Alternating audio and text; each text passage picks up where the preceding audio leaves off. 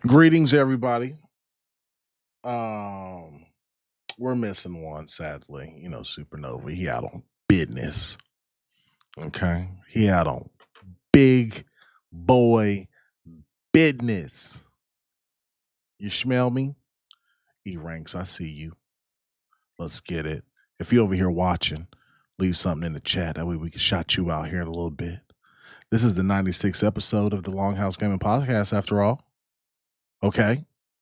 And Xbox was on a big one today. And that's what we're going to talk about. MJ Dark. He said, "Hello? It's me you waiting for?" RF, what's up, boy? Gang, gang. He's here for the Switch 2 news. Sorry, my boy. Not getting we're not getting no more of that until April. Yes. Sorry. Unless there's some leaks, some more. Some good leaks. Okay. Some games coming out for it. If I see some Fire Emblem, a new Pokemon. Okay. So look, I am one of the hosts, Black Viking. I'm tired and sick today. Feel a little bit better than I did earlier, but still got a lot of phlegm. Okay. So if I have to blow the horn, it might not be as good today because there's a lot of phlegm up in that chest. Okay. And I'm here, graced in all his glory. Black Skellioso Skellington, first of his name, is in the building. First of his name. Jigga J, what up? Oh man, did y'all see King Thrash's YouTube got nuked? Terminated. Yikes. That's whole YouTube down? Whole YouTube got nuked, bro. That's crazy. He was probably out there saying too many N-words. That sucks, man. I don't wish that on nobody. Well, I do wish a lot of work. But I'm not gonna say nobody.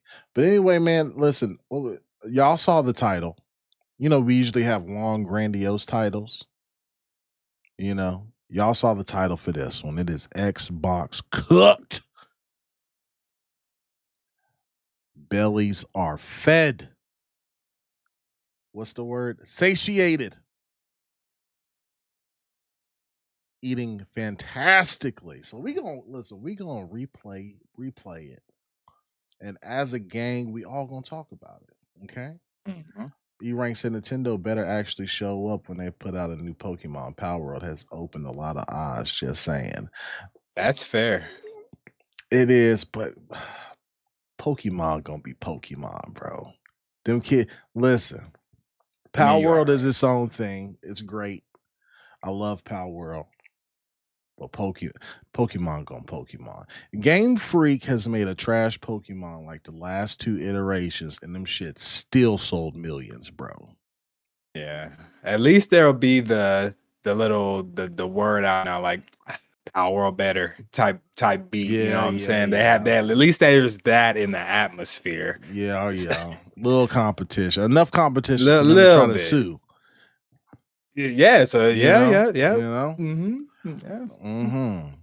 Spidey Ring was up. He said that Xbox out here stunting. Mm-hmm. Yeah, it was strong. Was it Nerds and Other Legends says just here for a minute. Shout out to the gang. Yo. The whole gang, nothing but the gang. Okay. Victor Click is up in here. He said I had to stop listening to J-Dub. Motherfucker said the reason why PlayStation has showed their games is because Xbox isn't a competition to them. I mean, well, Vic, can I be real with you, Vic? They are the leading platform, my boy. Right. And it sucks that they ain't putting out no games for them. Right. But But Xbox gonna keep them fed. Hey, there you go. Xbox gonna keep them fed. And what I hope happens to the casual audience that's always been listening to the smears of the media, Xbox has no games, Xbox is trash, XYZ, and then they start playing some of them, and then like, hold on, have I been lied to this whole time just to keep up a narrative? Mm. Are these media agencies only here for the SEO? Interesting questions, right? Look, my boy MJ Dark dropped a 20 bomb in the chat.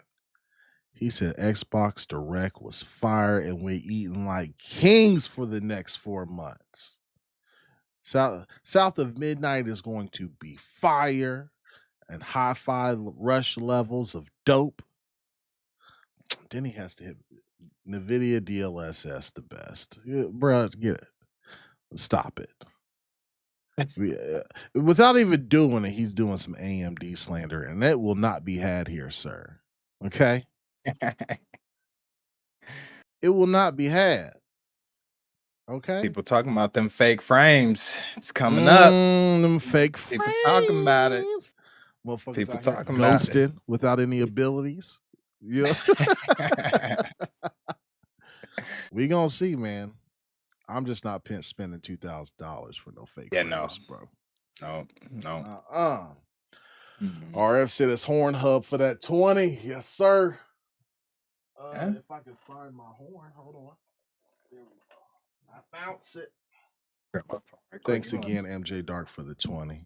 Are those FSR shades? No, they are not. They're they're DLS 3 shades. Okay? Okay? Here we go.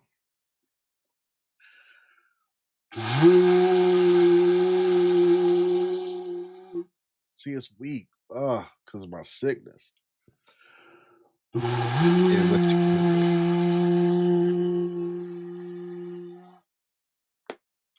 Ha. There we go. Blue game. And as MJ Dark mentioned, bro, everything that they showed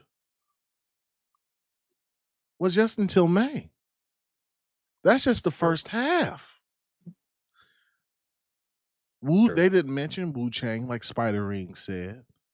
No mention of Replaced, Outer Worlds. What else is coming? We got Mixtape coming, right? I don't think Fable coming out this year, bro. But let's just say it is. Okay, Fable later on this year. Still a new Call of Duty. Probably another expansion for Diablo 4. Okay, what else? What else is on the kit for later this year? Elden Ring, Night Rain somewhere. I know that's not Xbox, but just big game. Well, I'm on Game Pass. Is I think what everybody. Oh, Game Pass, what you're doing? Yeah. Well, yeah, Ninja Gaiden 4 is on Game Pass this fall. Sure. I know there's more. There's like a lot more. So did the Expedition get a release date? Yeah, April, I think. Was that April one too? So it was South of Midnight and Expedition for April? South of Midnight, beginning of April. Expedition 33, end of April. Oh yeah, Atom Fall. No telling if Clockwork Revolution comes out this year. Maybe not. Bethesda. A little bit, maybe Everwild. Oblivion remake, please come to me. Oblivion. I know it's bro. It's just too much. When you think about Xbox as a publisher, fuck, bro. It's just too much. It's too much. It's so good. But let's go ahead and let's start this thing off. Our first game we're gonna talk about. Hold on. What's up, Stilo Facts? And who else we got in? Ninja Squirrel is popping. He says he's gonna catch the replay in the morning. Getting late here in the UK, guys. Have a good show. LFG, Xbox the best place to be, 1,000 or 10,000,000%. The future is bright. The future is great. On the publisher side, yeah. Oh yeah, Avowed, bro. What am I doing? Oh Avowed comes out in just a few yeah. months. We was just now talking about like the second half of that's why Avowed didn't pop up in my mind. But yeah, MJ Dark, don't tease me like that. I would So love. He said Viva Pinata too. Don't tease me like that, big dog. maybe we'll get the Fable for the winter time. You know what I mean? That'd be a nice little cold game. That's right. That's right. That would be crazy. Blicky Blanks, we bleed green. What's poppin', Chief? I'm bleeding whatever RGBs is in my PC, bro. So right now they purple. The hose is purple right now, baby. Let me see. All right, let me go ahead and switch this to plus for you. Wow. Let's get this thing cracking, bro. First of all, can I well, we'll do that then. Now, it kind of sucks because this was kind of leaked a while ago, like a week or two ago. At least that's what was circling around was Ninja Gaiden. But what wasn't leaked was 2 Ninja Gaidens, right? Scale. When we look at Ninja Gaiden 4, what did you think, bro? Boy, Ryu. Hayabusa. Beloved character, man. What do you think about the 2 protagonists approach? I think it's good. I think it leaves room for them to continue a different story and leaves room for another Ninja Gaiden and spin-offs and gives more story and nothing. As long as we still get to play as Ryu, I'm good. So, but hey, I'm cool with getting new set of moves, all that. I'm fine with it. That's cool, man. Yeah, I'm interested to see because when we saw this, I was like, hair. I was like, who is this Playboy? Right? Yeah, I know. Yeah, so yeah, it will be interesting to see how this game plays.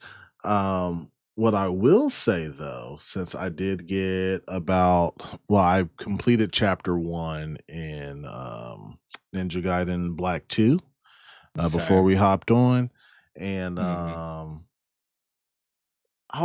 was telling Gaming Circle podcast guys, I was like, bro, they just did. I was like, can we get a fucking remake for every game that's pre 2010?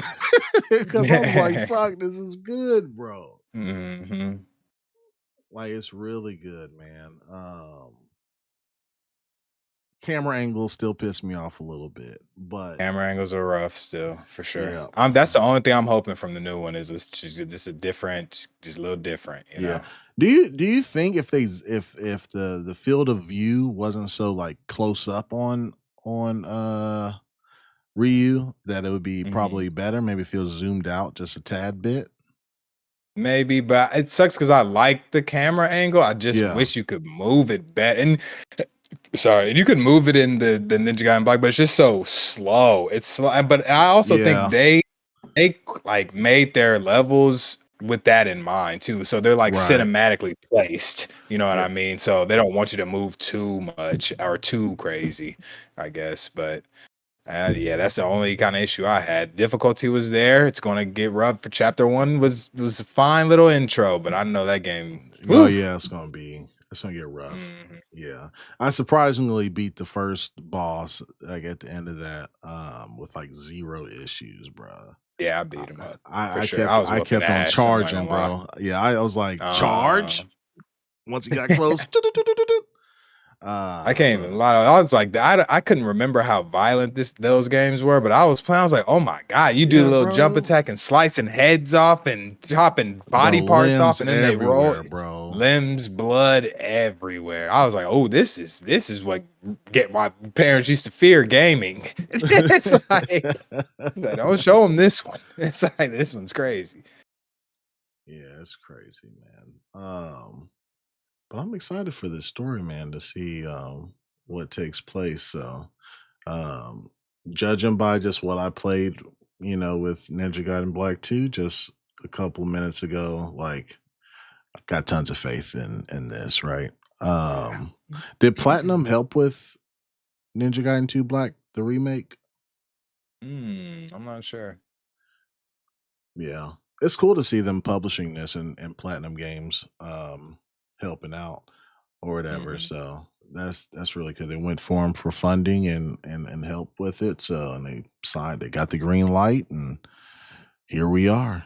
Ninja Gaiden. I'm telling you, they bringing back those 360 days, bro. They like you think about it, like with a new Master Chief or a new Halo, possibly Gears E Day, Fable, Perfect Dark. Yeah.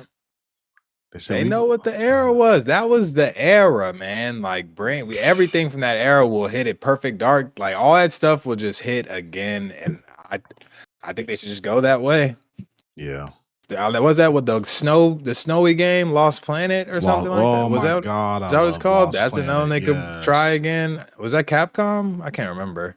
I think that was Capcom. That was Capcom, I think, yeah. That was crazy though. So good. That was so good, bro. In UE5, that game would go nuts. Oh my goodness, that would be crazy. Yeah. All right, so would you scale the showing of Ninja Gaiden and Ninja Gaiden? Well, just the whole product that they presented, man. Would you scale that from a 1 to a 10? Of what 1 out of 10. I give it a 10. Just because they're bringing back a beloved franchise. And not only that, y'all know how I feel about them shadow drops. So yeah, it's automatic almost. I can't hate on that at all. And I played it and I enjoyed it. Just that quick, owning Game Pass was just great right there. You know what I mean? Just for that, it's like crazy. And I noticed there was a bunch of Ninja Gaiden. The Sigmas are on Game Pass too. I was like, oh my goodness, I know it was all on here. And so yeah, to me, I can for Ninja Gaiden at least that was a good introduction, good presentation for sure. Yeah, shit was good, bro. I'ma also give it a 10.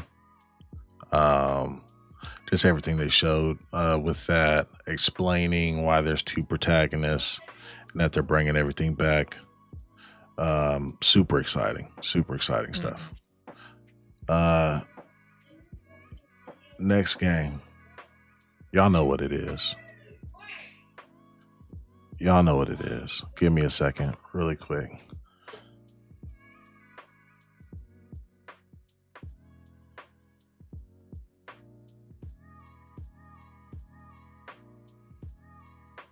All right, I'm good.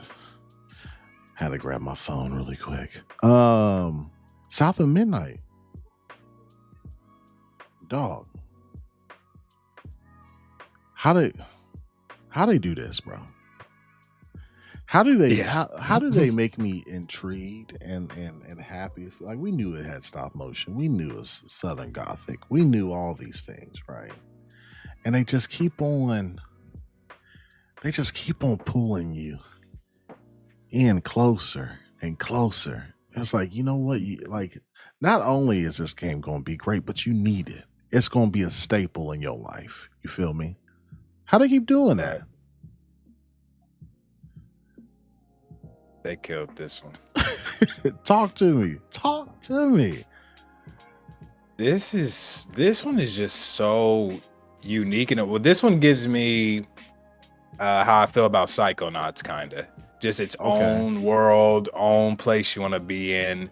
I'm interested. This is why I want to take the stories from this outside of gaming, because I'm ready to know the folklore behind these type of things and all the time and effort they put in the research and all this stuff. Pro Black. Sorry. So I like Hazel as a character. I see mascot potential in her, just popping up on a bundle box, just like everything else. You know what I mean?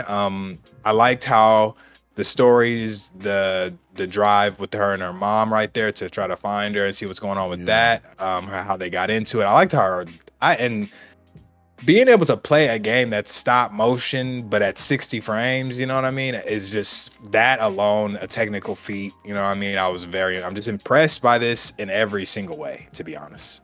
Can't wait to actually play it and feel that combat and stuff like that too. It's really, really well done. I can't wait to hear the music for sure. Yeah. And the outfits. I want to see the outfits too. Yeah, me too. I think the biggest thing, and like RF said, never apologize for that scale. I thought. You know what I'm saying? Never, ever, ever. I'll call Dr. Umar up in here if you ever say that again. Okay. Umar's. Yeah. I beg your pardon. I beg your pardon.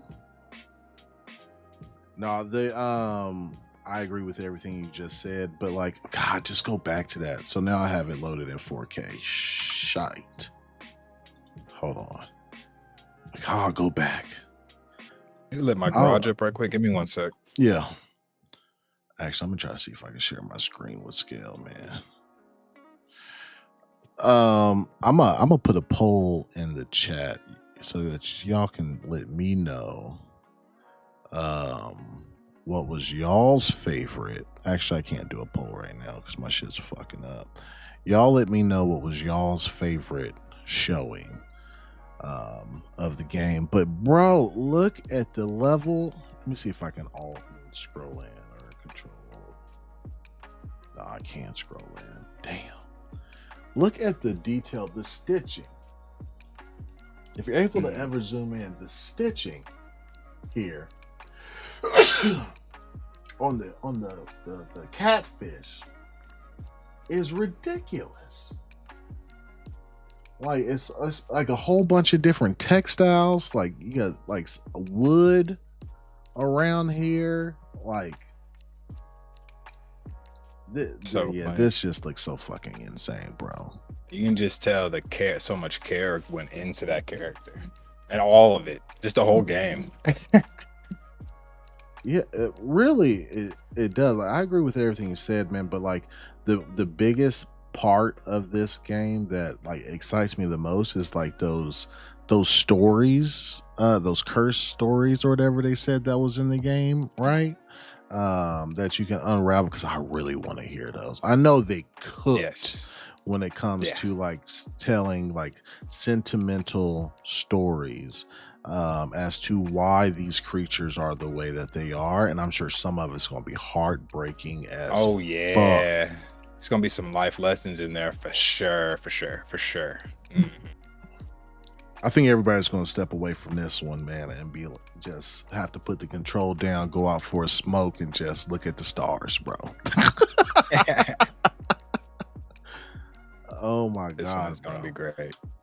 Because, like, you know, we talk a lot about gameplay mechanics and, you know, how characters look and, you know, features within the game, man. But, like, most importantly, bro, them stories have to hit. When the story hits, bro, a lot can be excused.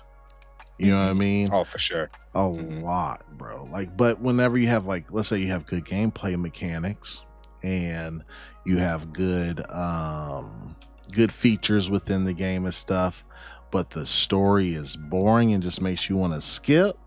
You skip. Yeah, I hate that. I'll just skip. You know, like it ruins a lot, bro. But you know, as long as it's not bug infested, right? You know, you can excuse a lot with a fantastic ass story. You know what I mean?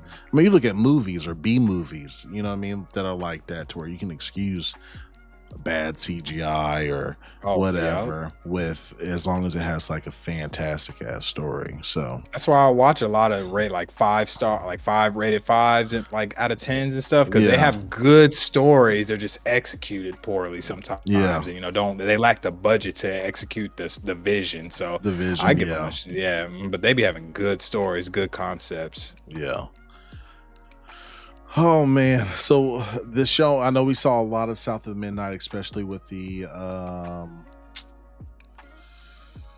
documentary and stuff. But now they went into it a little bit deeper, man. What kind of rating you give this? Probably, I give this a 9. If I didn't see that documentary before, it'd be a 10. But just because I got a little taste before and got to see it again, but it's still a 9. That's still stellar. Like, this is amazing showing for sure. I'm very, very, very interested in this. It's a day one play. Yeah, 100%. I'm with you. I'd probably do a 9.5 to a 10.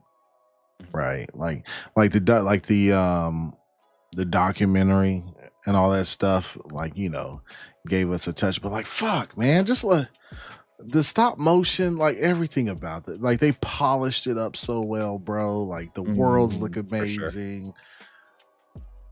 I can't wait to dive in, bro. I really can't. And when they showed this little eagle monster, bro. Oh yeah. Yeah. We eating, bro. I'm really excited for the boss fights for sure. Yeah. Can't wait. Yep. Who we got? E-Rank said Expedition 33 had no idea it went that deep into character builds and classic RPG elements. Woo! Bro.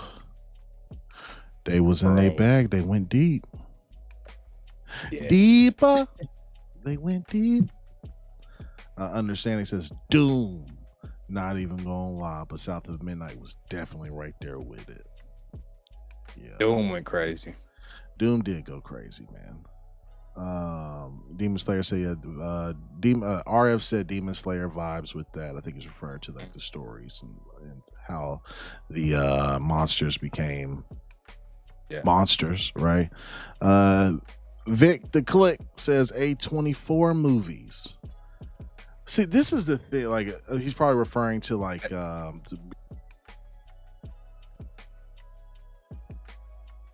This is the thing that bugs me out about A24. It drives me crazy because I don't understand it. You have extremely low budget films, like extremely, consider it like compared to the big dogs, right? Mm-hmm. You let your directors and your actors take a vision that they want to do and they just go with it. They go crazy with it, right? And not only do they hit it on the head with the story, but like cinematography is on point. Mm-hmm. Visuals are on point.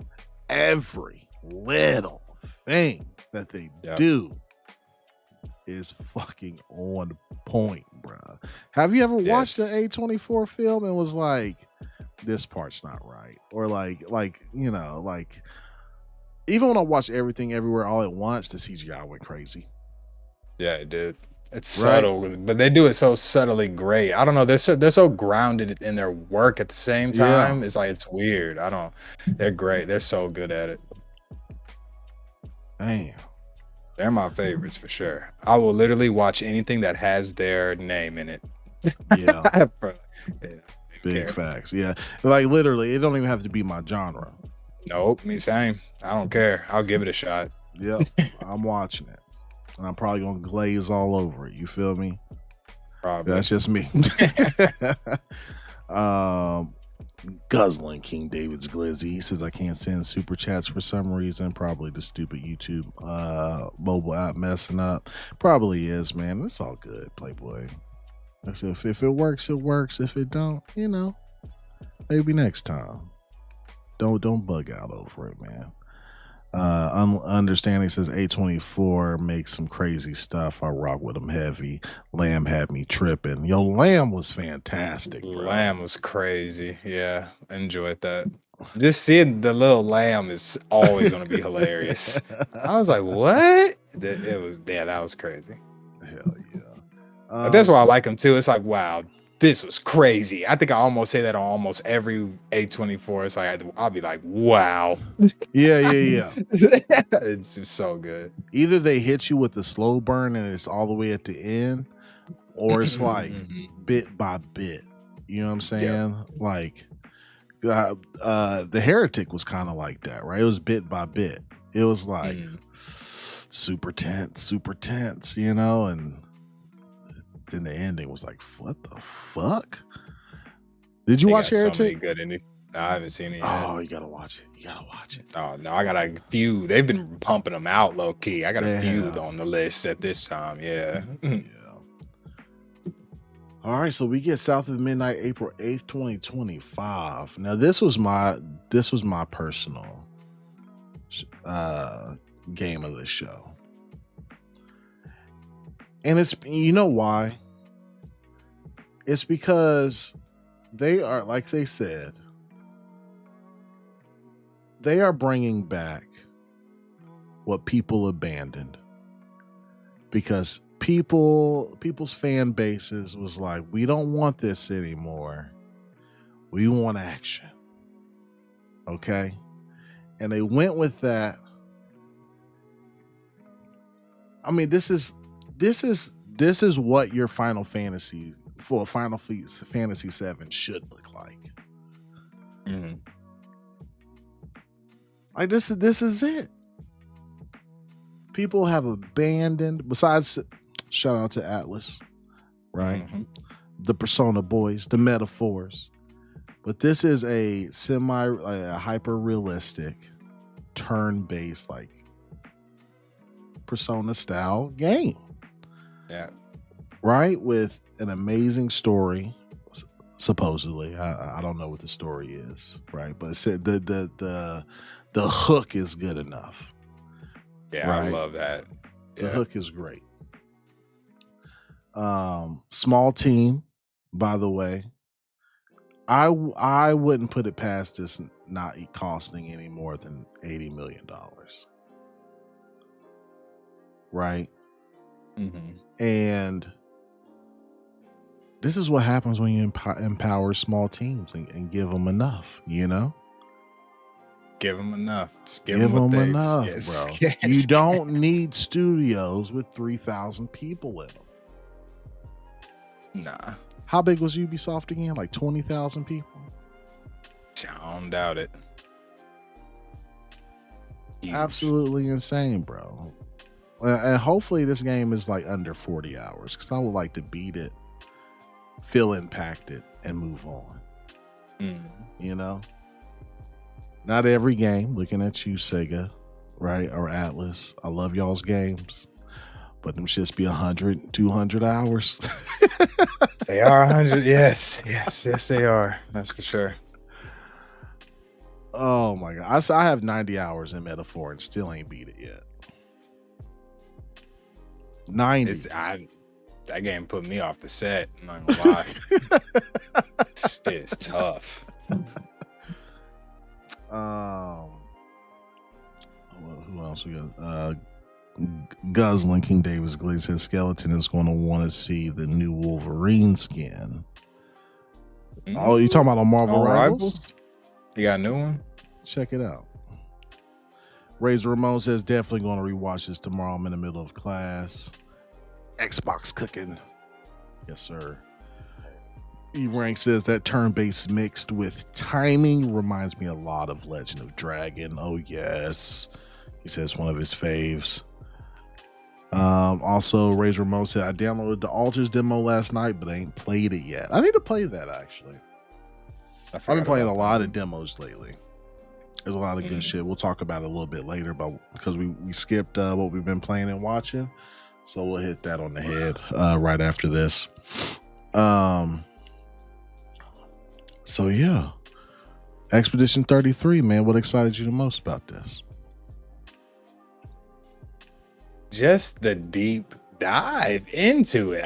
That story for sure about how the witch lady, or I don't want to say witch, but the lady comes in and that turns a little numbered up and everybody dies. I was like, oh my god, this is actually crazy. I didn't know it was that's a good story. And then so that's why everybody's on this expedition. I like how you look at this game, and when it's playing, it doesn't even look like a turn-based game, or at least how they showed it off. It's so cinematically done that you don't even think that it's turn-based as far as when I'm looking. And it has that, what were they called? Real-time turn-based, when you hit the perfect buttons and stuff, like that kind of stuff. I like that. So it gives you a little more opportunity. I know that's going to feel good to hit them perfects. I know they're going to make it feel worthwhile. I like the characters they were introducing. Lots of characters. Lots of characters that you do can turn into like anything, and like the big travel buddy person thing, and just so much flavor in this that it intrigues me the most. This is probably my game of the show too, because I was left just dumbfounded with the questions and stuff. I was like, I have to know more. I got to know. I got to level up too. Like, y'all know how I feel about that RPG. It's a whole RPG. I haven't been this intrigued in like to try to know a story in a while. Like I need to know what's going on, how this ends. You know what I mean? Is there going to be Expedition 30? Like, I need to know how this goes. I want to know all the stories. I think it's gonna be great, and I like how it does that world. I like how they said they're bringing up the JRPG stuff with the world map and everything. Like, man, it's stellar for sure. It's gonna be great. Guzzling King Davis Glizzy just sent me Wolverine skin. I gotta send it to you. I can't show this.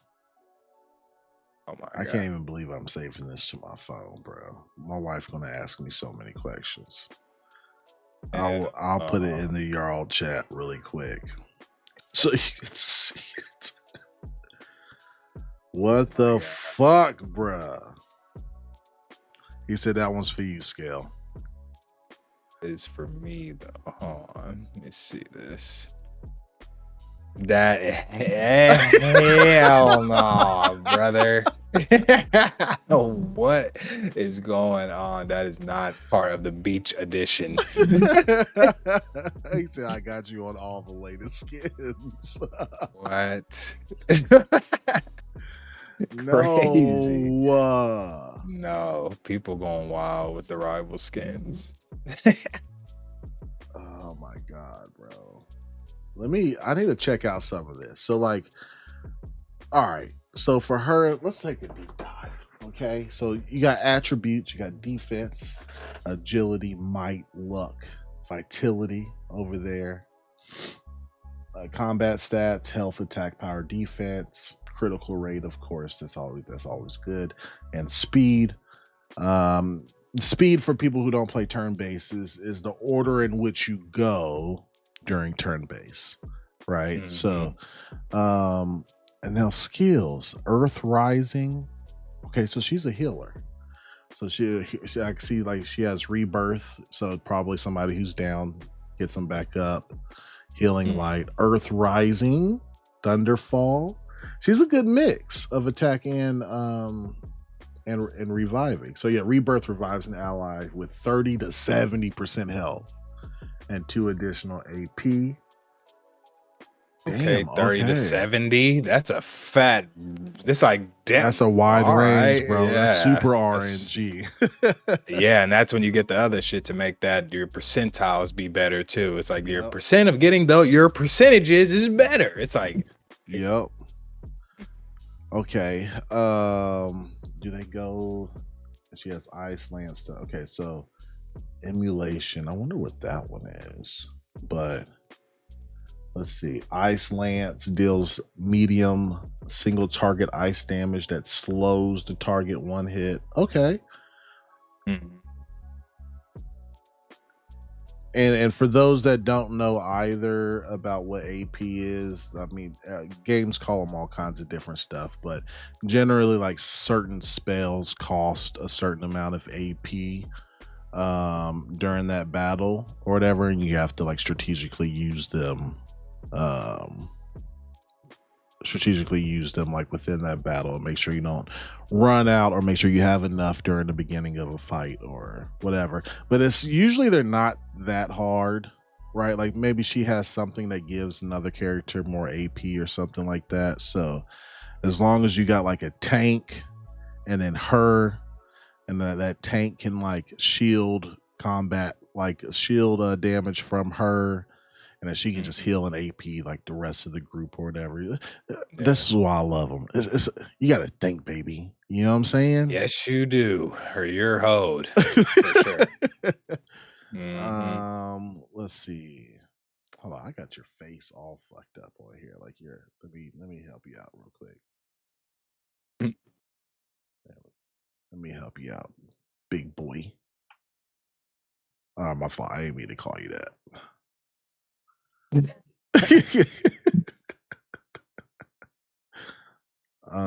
Shout out to Supernova, man, out there on business. All right, let's see what else they got, man. See if we can get a sneak peek. Okay. So his health is 754. His defense is only 30. Okay, so he's probably more your balanced attack person. Because she was... I'm sorry, I'm doing a deep dive in this. This shit just excites me. So her attack power is 500 at level 17. And his was... So he's not attack. Huh. That's interesting. Let's see what we got here. So the AP is below the character, I'm assuming. Right? I would assume that's how much AP they have left, right? And then to your left, you can see the order in which they go. This character is using the Fencer's Flurry, deal medium damage to all enemies. Okay, so boom, AoE attack. Uses weapon and applies defenseless for one turn. Okay. Yeah. That's nice. Crazy. So defenseless probably applies to like elemental damage, probably. Like they probably are not immune. Like it's, you know, sometimes like characters not they are immune to like fire or whatever. And like defenseless could probably take that away and make it normal damage. Maybe. Perfect. That's gonna get people hype when they get that perfect, bro. I'm telling you, I'm already knowing. All the hit mark or the damage counters, that game is, and yeah, 9s, all 999. Look at all this, bro. Luminous. Everybody's gonna have like different playthroughs, man. This consumes LAP to prevent status effects. Oh, 1 AP. 1 AP. Oh, is that 1 AP? Oh, yeah. Okay. I was wondering why it looked off like it. Available. Okay. Damn, bruh. And everybody's getting better with the hair, you know? Yes. That's a nice one. So they show the 4 characters, but I wonder where do you summon the other characters that are supposed to come out, or the other like the big bard looking dude and the monkey guy that can turn into the enemies that you've defeated or whatever. Like maybe you summon them somehow through magic to come hit. Party swap. Yeah, one of those. Very true. But I mean, look how many open slots. I'm delayed, but on the left, it looks like there's a bunch of slots, more than 4. But so yeah, there may be something with that. Could be. I just tried to share my screen. It's bugging out. I think I had to do it before we started streaming. Yeah, this was my 10 out of 10. 10 out of motherfucking 10, bro. Speaking of hair, did you see Avowed show some character creation looks today? They have some dope hairstyles. My girl was excited. She's mixing. They got her hairstyle. Okay. Okay. CeeLo Fact says, can you unlock more characters? So yeah, they went through like the 4 characters that you like the humans, but then there was like this guy right here, like the big bard looking dude. And then there was another creature, like a monkey dude with a small mask that turns into enemies that you've already defeated or whatever. So those are the only 6 that are part of the party. Okay, yeah, I see it. It is party swap. I see him below here. Okay. Oh, I see him down there. Okay. Yeah. Playable then. Yeah. All right, fantastic, bro.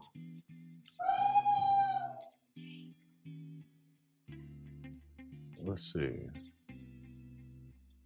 Now it's time for you know what time it is. You know what time it is. It's the Doom God time.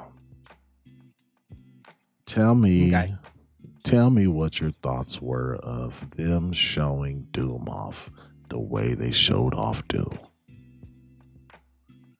It was expertly told for something that's pure adrenaline, pure testosterone, pure that. It is just pure fuel. Like it's they did an excellent job. They got, once they were like describing every piece of it, the fact that the other Dooms you play this way, it's like one you're more aerial, one you're more mobile this way, and then they said this one you're on the ground, you're a tank. Yeah, like you are supposed to be, you ain't jumping around like that. That shield is everything. I did not, and I like how they kept saying with one input on each thing. So you're just really, I like how you're just gonna be, all this stuff you can do is just a button press. You don't have to like think about pressing like so many things. It's simplified but has depth. I can't, it's going to be, the rock music, bro, that straight metal, like bro, it's my headphones will be turned up. Man, you hear me? It's pure fuel. This looks like a good enjoyment. I'm 1000% excited for this one. I love the other Dooms. Those are like 2016 and up, the newer ones. Yeah, very good games. I can't wait to see all the weapons and stuff too. It's gonna be great, man. It's gonna be pure fun. Lots of killing, lots of gore, lots of blood, green blood, blue blood, lots of stuff. Look at what we came, I don't know, maybe 20 years, 30 years. I'm gonna say 30 years. Look at where we came from. Look at this. This was like, what, 30 years ago? Look at this. And then we go to this. Listen, I might be old in 2045 or 2055, but I will be there for gaming. You understand? Yeah, I got to see it. I got to see what goes on, man. Bro, it's insane what they're doing, bro. Like, yeah, I'm right there with you on all of it, right? And this makes me even more upset seeing this and knowing we could have had a Doom and Master Chief collab on. Man. Yeah. Even more. Yeah, even more for sure. Yeah. But I'm glad that it's, I don't want to say simplified as far as, but you was talking about like you just not, sometimes you just need those, right? Like we liked Astrobot because it was simple and fun, right? Not saying that there wasn't levels that could kick your ass, because there was. For sure. Right? What else was, there's a recent game I just played that was, Tokyo Extreme Racer, right? Which is available for early access right now if you can go get it, right? But it reminds me of just a simpler time. I just want to race cars, go against the rival boss, and go. And Doom is for, I just want to wreak havoc on demons. Make it fun for me. You know? Yeah. That's pure fun for, that's what that is, man. Pure pure. Like I have nothing against. Actually, I love very complex games. That's like usually my bag, right? But like, this just reminds me of a simpler time. I am the old man telling the kids get off my lawn, right? And I just need stuff like this. I need the palate cleanser. I need my brain to shut down just for a little bit. And just to have, what do you call it? Hand-eye coordination. Reflexes. That's all I need. Just reflexes, yeah. I don't need to think about nothing. I know everything on this screen needs to die, and I'm going after it. That's it. That's it. Am I wrong? Like, and I could just admire as I'm chopping these enemies. I can look at my weapon and see those skulls turning into to pellets to kill enemies. It's so cool, man. They're gonna have. I love gun design on these games. Like, they're just so out of pocket. Yeah, but it seemed like they'd be functional. 100%. So I just need to stick and move and keep going. You feel me? No thinking, just pure get off of work, having a bad day. You just feel like you need to go kill some stuff. You open up a brewski and you turn on Doom. It's definitely that. This is definitely that game that everybody shows on movies as just a video game. It has no title or no name. It's like a generic. This would be the game right here that everybody and they get on. This is the video game. You know what I'm saying? He always on the video game. This is what it would look like. This It'd be is this. it. Yep, 100%. My kids are gonna hate watching me play this. Hey, Daddy, can I play? No, you can't. Yeah, so bro, that shit's clean, bro. It's so nice, bro. So, showing of Doom. Unless you got something else to say about it, anything else that you liked about the presentation, man, I would like to hear your score for Doom. Probably give that a 9 too. Okay, solid 9. They couldn't do. I mean, I don't know what they could have done any better to get a 10, but 9 is probably where I got it at. Just because I don't know. It's just more Doom. 33 is where I gotta leave it at. 10 is more Doom. Yes, it's more. But Doom. Expedition 33 is the 10 right there. Like that. Yeah. I like how they made sure that you can play it by increasing your parry window. Scale, you don't need that, ain't you? No. I am not. I'll be good.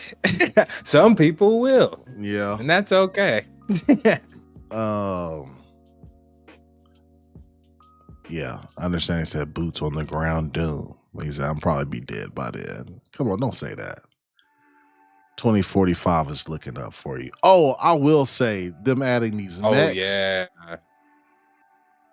Dog. Fire. What? I forgot about. I might go a 10 on this actually. Yeah, that because they are going tonic. It is another Doom, but damn it, they're is going Doom. crazy, bro. They said this is Doom, all capital letters, bro. Yeah. I forgot about the mechs and the flying and just what else, and collectible type things is going to be there. I'll go ahead and give this a 10 too. I think yeah, I'm cool with that. Yeah. I'm right there with you, bro. I think I'm 10s everywhere except South Midnight. It's only because of the documentary, and Ninja Gaiden got a 10 because of the shadow drop included. But, it needs a little something to push it over to get it to that 10, and that's why those got 10. If I didn't see South Midnight documentary before, that would have got 10 too. But it's just like getting too. I don't want too much info. You know what I mean? Like, right. I'm good. I don't need to see nothing else on South of Midnight before I get spoiled on something. I'm ready. But Expedition 33, that's game of the show. Yeah. Voidlock said every game of 10. Stop the cap. Hey, I mean, it is. Opinions are opinions, bro. 3 10s and a 9 is crazy. Still, yes.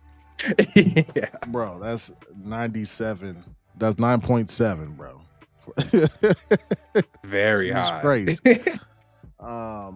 All right, man. So I think they closed out with that, which is crazy.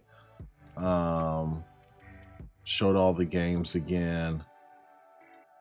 So let's go back all the way so they can show the thing. I'll go first for this. Okay, I'm gonna rate the whole show. Chat, don't be mad at me, okay? I give this whole show a 6 out of 10. Ooh. Because there was no Viva Pinata 2. I'm just kidding. This shit honestly, this shit was a 10 out of 10.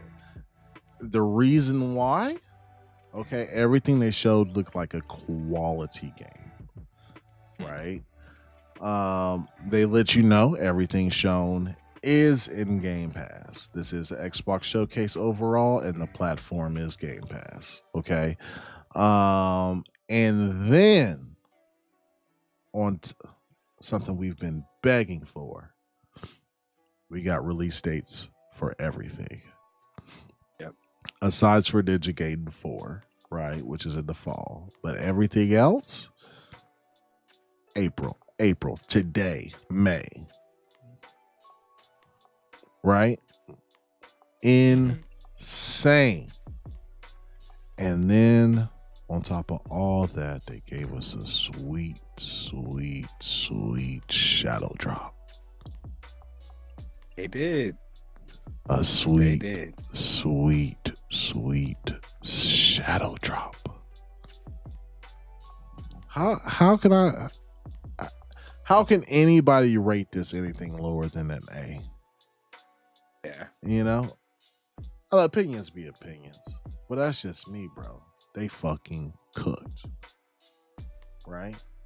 And the best part about all this is there will be no more slander because this shit releases everywhere. There's no more agendas. No more agendas. Because, I mark my words, 2 years ago, if Expedition 33 was only showing up on Xbox, people are looks like Game Pass slop. But now since it's coming to everybody's favorite platforms, no more shade could be given. So we in here. What you think, Scale? How would you rate the show? And did you like the what agenda do you have, Paris? Paris, you want to come on and talk about your agenda? Let me know. And I'll put you on here. You get to test these games out with that new 5090. I saw the unboxing. Yeah, bro. He over here showing out. All right. Let me get Paris in here really quick. Paris, I think you're already part of our Discord. Let me just double check though. 1 sec. Make sure you have the rights. Unless you left the Discord. Let's see.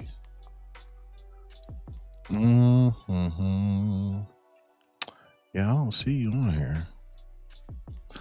Let me invite you to the Discord, Mr. Paris.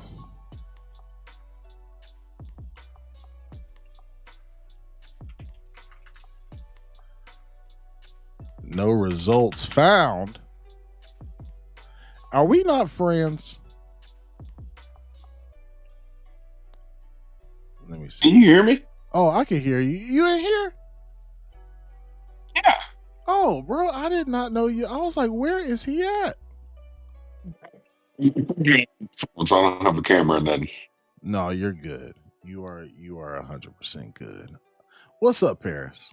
Tell us about this. What's up, man? Tell us about this agenda you're pushing. My agenda is you.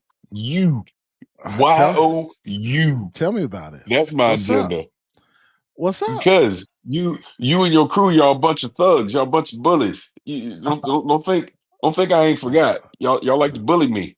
Paris, must I remind you I was the only one that stepped up to you. I grabbed your wrist. I grabbed your wrist because I said you got a nice watch. It might look good on me. And then you started calling for security. Hey, you damn right. I was like, security. Get these hooligans. Oh my God, that was a good time, man. No. Well, first, before I get to the real stuff, look, man, screw y'all. I put in work to get that 50-90, okay? So you guys are right. I unboxing 50-90, and you show that. And my review will be up. My review will be up in a couple days because I needed more time. Hey, you listen. You do. Hey, listen. I'm glad you got it. For sure. Hey, me too. I know you are. I know you are. As soon as you got it and you started posting about it, I couldn't wait. There was going to be tears, boy. I mean, being serious for a second, it's crazy to me the trust that NVIDIA has put into me over the past few years, because I've been working with them since like 2019. Yeah. Since like the 2080 Ti, that was like the first time they had ever worked with me on something. So over the years, I've done a bunch of different sponsored stuff with them. But even like with this 5090, because it's like, look, I ain't J2 or freaking Gaming Nexus or, Linus Tech Tips or any of these guys that are going to get millions of views on their stuff. But NVIDIA, like even when I was at CES, they told me this, and they told me again last week, they were like, we want you to have the 5090 early because we always appreciate your technical knowledge when it comes to that stuff. So I'm like, hey, who am I to say no to that? But I just appreciate it because look, I know from a number standpoint, I probably shouldn't be getting none of this stuff, man. But I'm appreciative of it, and I do my thing with it. And like I said, because I was like, it's pointless for me to put a review out today because everybody's gonna look at all the big sites anyways. So I'll put one out in a couple days, and then I'm probably going to wind up doing some other stuff with them later, obviously TBD, to kind of show off some of the graphical stuff that it can do. But I can tell you right now, Cyberpunk, playing that in 4K, Ultra, tap tracing enabled, DLSS 4, multi-frame 4X. I mean, I'm pulling 270 frames in 4K. In 4K. And look, you got NVIDIA Reflex. I know people are worried about the lag and all that. The lag is fine. If the game look, it looked good to me. That's all I know. I mean, people could complain about the AI and its fake frames and all this stuff. All I know is that FPS counter said I'm getting 270 frames per second. And in comparison, on the 4090 at DLSS 3.5, I was getting maybe 150, something like that. So, I mean, that's kind of the performance increase that you're seeing on that. And look, again, DLSS is doing heavy lifting. I get all of that. If you play it native, I mean, because what are you upscaling from 1440 to 4K? Yeah. Okay. Yeah. Because I'm doing DLSS at performance mode. Got you to get that. But I mean, like I said, the game looks beautiful. Like I said, I've so much so it makes me want to upgrade my 4K monitor, because right now I can do 120 to at least 140. I at least want to do 144, but hell, there's 240 hertz 4K monitors out there now as well. But that's kind of what this card is. Look, don't nobody need this card right now. To be upfront, if you got a 40 series card right now, you're going to be good. None of these games are truly going to take advantage of these 5000 series cards for sure out the box. It'll be down the road, but it's showing you the future-proof potential of what they're going to be able to do with it. So, because when I understand, it's going to be hard to get one for good 3-4 months. From what I heard. And DLS4 is locked behind those cards, right? No, just the multi-frame gen. Just the multi-frame gen. Yeah, like a 4000. Yeah, because you can still do everything else that DLSS 4 can provide, except the multi-frame gen at 4X. Even down to the 3000 series can do it. Yeah. Got you. And how was the performance of the multi-frame gen? Could you tell a noticeable difference in fidelity? That's what I'm saying. Hey, look good to me. Yeah. It looked good to Okay. me. I'm sure. Like I watched Digital Foundry's review today because I always appreciate their opinion. I mean, they were even saying it's like, or if you want to get ridiculously nitpicky Yeah, if on you it, want to of slow it course, down by like 30x yeah. times, then you'd be able to see Right. the like ghosting or whatever. But But if probably, if you're playing the game, it all looks good, bro. yeah, Anybody, because again, let's keep it real. This is where the industry is headed, whether you like it or not. yeah, PS6, whatever the next Xbox is, they're all going to be doing frame generation. Hell, the Switch 2 is going to do DLSS. So I mean, this is where it's going. right. Mm-hmm. Well, that's I'm really happy that you got one, man. And I call you about I'm an AMD boy though. You feel me? So I've always had Team Red stuff. Well, what's That's funny just you me. say that. Well, it's funny you say that because I've been playing around with Bazite. Okay. Like I put Bazite on my ROG Ally. So I have another computer that it's like from that I built in 2020, and I literally just had it sitting in the garage because I kind of stripped it for parts and stuff. And everybody online, like, give me your 4090. No, middle finger, I ain't giving you shit. But I do think I'm gonna go get an AMD card, and I'm gonna throw it in that box, and I'm gonna throw Linux on there, and I'm just gonna mess around with like Bazite or SteamOS or whatever, because like going to CES and seeing the Legion go as with SteamOS, I mean, bro, it's the future, man. It just works. Proton just works. You can play these games, and in some instances they perform better than they do on Windows. So I kind of want to mess around with that. I'll put your face really big on the screen, by the way. Oh, Paris. I appreciate that. Yeah, I appreciate no that. problem, man. I got you. What made you pick that PFP for Discord, man? Oh, it was just a funny picture I took a long time ago, so I just put it on there. I always trip out. Like I'll go in, because they'll do like these virtual preview events and stuff, and they'll do them on Discord or whatever. And I pop in there with that, and I can always tell like a PR person's like, "Oh, That's too funny, man." Yeah. So are you thinking about doing the 9070? No, I don't think AMD so. card? I think I'll go. Yeah, I think I'll go with something lesser. I was kind of looking like at that 7000 series cards. Okay. Because I mean, I'm not trying to do nothing crazy. Right, right. And I mean, hell, I was looking. I think you can get them like $300 or something like that. Yeah, so you can. I might just do. I might just do something because that other PC I have is like it's a i9 like 10900 or something CPU. I figure I'll just throw it in there, run some stuff at 1440p on it, and just play around with it. Yeah. They make perfect 1440 P cards, man. I'm running a 7900 XTX in my PC build, and everything I throw at it. Now I can't do ray tracing that well, right? But like everything else I throw at it, man, it does a phenomenal job. And that's what I'm saying. I'm not looking again. Hell, if I want all the bells and whistles, I got something for that. So I'm not stressed over that stuff. I just want to mess around with something. Yeah, Paris, we know you have a 5090. You want to say it again? See, I didn't even say it. You said it. Hey, I got a 4090 and I got a 3080 Ti. How about those apples? You want to bring that up? You want to take my daughter's 3080 Ti that I gave her and say she can't have it no more because I got one? Huh? Have you tried doing the Everborn CEG route that he's doing as far as like trying to put a PC in the living room? Have you tried that yet, or? No, not yet. But and I talk to them cats all the time because he's been in my ear about that for a while. So I might try. That's what I mean. I want to have a box that I can just play around with and do stuff like that. So I might do it. Okay, we'll see.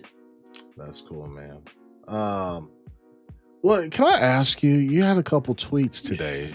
Xbox guys are still complaining about Xbox games. Oh my god! Okay. So I was at work. I had to like go in the office today, right? So I'm kind of stealth watching the showcase and on my drive-in and all that stuff, right? Yeah. And I'm looking at social media, seeing people still. And I don't even think it's like there were some Xbox news, but really it was people that are just sour. for no reason. Like still complaining, like now, you literally moving the goalposts. Now that wasn't good enough. That wasn't good enough. Oh no, it wasn't good enough. We, like the showcase don't know. wasn't good enough. Now it's we don't know if these games are going to be any good, so don't get excited about nothing that you just saw. I'm like, oh my Lord Jesus, what? So now you can't even get something that your eyeballs are showing you looks fantastic. Now you're supposed to wait in these games. Yes, like you're seeing actual gameplay, right? Yeah, and again, I'm biased. I've seen South of Midnight playable. I went to the goddamn studio, so I know that game's gonna be good. So you kiss my tuckers. I know that's gonna be great. And how are you complaining about Team Ninja giving you Ninja Black today, bro? I'm finna give you Ninja Gaiden 4. How are you complaining about that? Remastered in Unreal Engine. I played for about an hour. I got like past chapter 1 or whatever. I was like, bro, how did they cook? And they just shadow drop this? Yeah, and they just like, here you go. Right? How you complaining about that? And then, oh my god. And then 33 Expedition, look for and I'm not the biggest turn-based guy, but if you into turn-based stuff, that looks fantastic. Yeah, so that's my game of the show, and I'm deep into turn-based games. Like, yes. Yeah.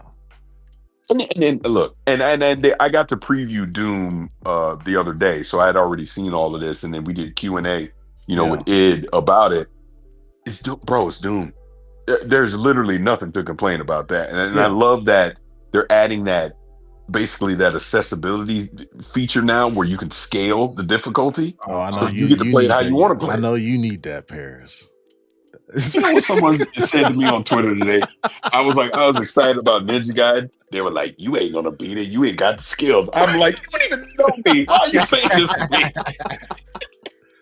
We know you're gonna put that parry window up all the way to 500%. Paris. I tell you what. Speaking of that, have you played Nine Souls? Yes, that game's hard as shit. That game got me in a chokehold. Because I didn't even know about this game until we did Kind of Funny Game of the Year, and it popped up on there. Barrett was singing the praises. So I'm like, oh, and it's on Game Pass too. I was like, man, let me go check this out. Man, I was playing that stuff over the weekend. Boy, it was like Baby Boy, where you had Tyrese. He had Tyrese in the choke. I was like, oh my God, I can't beat this. Cry to mama now. Cry to mama. Yeah. Hey, look, you might be right. I might not be able to, but I'm gonna try. But they got that parry window thing on there. Yeah, so that's cool. No, it's cool whenever games that are typically extremely difficult to play, but people are interested in playing them, but they're just too difficult for them to. Because at the end of the day, video games is an art form, right? And it's supposed to be fun. Now, there's a line that can be crossed because like you have games like Elden Ring and Demon Souls and stuff, and those are designed to be hard, and that's part of the fun for that fan base, right? But there's certain games that don't need to be all that difficult for you to enjoy the story and just to have fun, you know what I mean? So this is perfect. This is perfect. I can't wait for Expedition. How many people work on Expedition 33? Like 80? I think it was something like that. Yeah, something small, man. They're cooking. Well, no, man, and I don't know how much y'all had already got into this, so I hope I'm not jumping ahead by saying this, but I mean, to me, this was like, okay, let me take you back. Remember, we had Phil on in 2023, and obviously that was the Redfall thing, and he was grumpy and all of that. Something he said in that always stuck with me was he was like, I can see it, but we got to deliver. Like, in other words, don't listen to nothing I'm telling you until we deliver. Right. I think we're at that point. We're at that point right now, right? Aren't we? I mean, if you go by the back half, you go at the back half of 2024, what they were able to deliver in the back half of 2024. Yeah. Great. Obviously, Indie Game of the Year contender, all that stuff. Stalker 2 was great. Obviously, Black Ops 6 was kind of return to form for Call of Duty. Flight Sim obviously had some technical issues, but we know how great that is.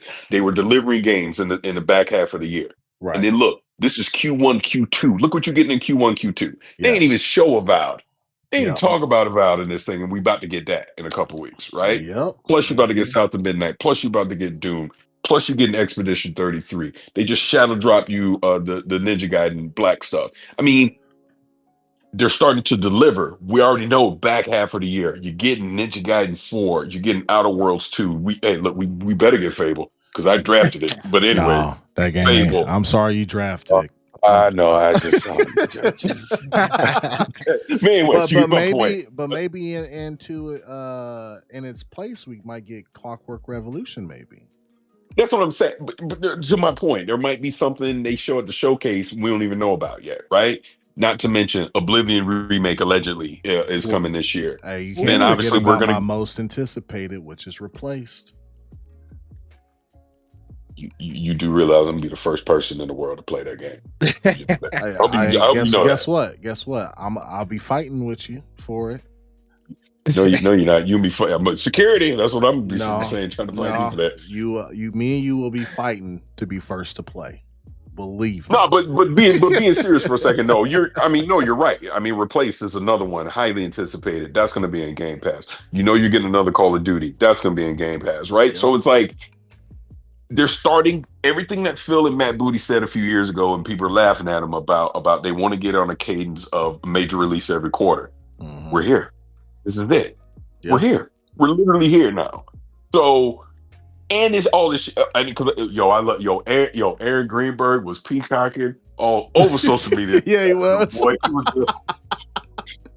letting everybody know because Game Pass, all that shit's in Game Pass too. Yeah, crazy. He was all over the place. Which with it. That's the other part of this. Now we're getting to that point where you're realizing the vision of what Game Pass is supposed to be, where you're getting these major releases along with these third-party releases, indie releases, all coming together, that they're consistently giving you content throughout the year to, guess what? Keep your ass subscribed. Because that's the whole point throughout the year. So I was happy to see that. And not to mention, this is the second in a row showcase they've had that's 10 out of 10. Yeah. Because the June showcase was crazy. What is there to complain about? And again, this ain't about no console war stuff. This ain't about this is an Xbox. All this is going to be on the ColecoVision. I don't care. I'm looking at the games. The games that they've shown basically over the last 9 months have been fantastic. And this is just 2025. We already know. 2026, you probably get you talk about a Clockwork Revolution, a State of Decay, Gears. Forza Horizon 6 is going to be out there somewhere. Halo down the road as well. Not to mention all this other stuff that Activision and Bethesda's going to throw. Yeah, exactly. Perfect Dark's another one. So it's like, start looking at the roadmap of stuff that is coming. Not we got to guess. Is coming from them. Yeah. Just release it on time and at quality. When you think about them as a publisher, one of the largest publishers now. Them and Tencent. Who competes with them aside from maybe a Rockstar or Take-Two, right? Tencent. Yeah, Tencent. Yeah, 100% Tencent. But shit, but see, you bring up Rockstar. I mean, that's once a decade. That's a once a decade event. So okay, we're gonna get that either the end of this year or probably first half of 2026. GTA 6. Not really. They also have Judas, which comes out this year, right? Judas ain't coming out. Judas ain't coming out this year. No. That wasn't my top 5 games that come out this year. Are you only telling me that because I'm telling you Fable not coming this year? Partially, I am saying that out of bitterness, but I'm also saying that just a little that I have heard, and just kind of Ken Levine and seeing the tea leaves, right? Because I remember when I was talking to Lucy James and Jake Baldino at the Game Awards, because they got to see it, right? Yeah, and I remember Jake was like, "Oh yeah, man, that game's still super early." I mean, he didn't seem very confident that it was coming anytime soon. Damn. Yeah. Well, yeah, but okay. So the Borderlands comes out this year, I believe. Hey, you can have that. You can have that. Do what you want. You don't like Borderlands? Nah, I could never get into Borderlands. That was never my thing. I've never played Tiny Tina's Wonderland. Yeah. But every other one I've played. And liked, but and then plus they're doing 2K all the time in WWE games, but yeah, but no, I get you about once a decade as far as like their big games, which is Grand Theft Auto and Red Dead. They should bring back Bully though. Absolutely. Yeah, they absolutely should. Yes. That's a deep cut. I know a lot of people probably completely forgot about Bully. Right. But yeah. No, but I mean, no, man. I mean, I think they did great, and I'm saying this in a way of because I want the quote unquote competition and great games. I hope this alleged rumored PlayStation State of Play has something that we see other than Death Stranding 2 and Ghost of Yotei.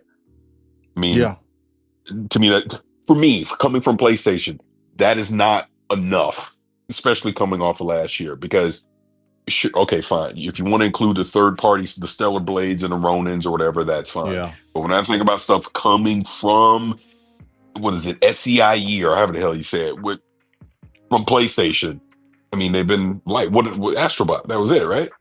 Was there something else?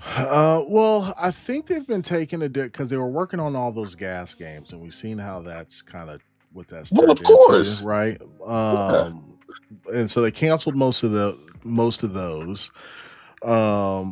You think their approach going forward here is to lean heavily, probably back into their single player games, right? Between all the studios, but not have such a but have a more wider release window for their first party, but in between that, do your Stellar Blades, do your Helldivers, do your Rise of Ronins, like do your third party deals to where you get them exclusive on PlayStation or whatever, like make those kind of deals opposed to having, because they don't have compared to Xbox, right? They don't have that many studios to where like these games take 4 to 5 years to develop anyway with extremely high budgets. So maybe their cadence will be a lot lower and they just lean really heavy into third party deals. Do you think they can go into that? So I'm gonna answer this way. So I'm gonna give you, because we literally talk to Phil Spencer tomorrow. Okay.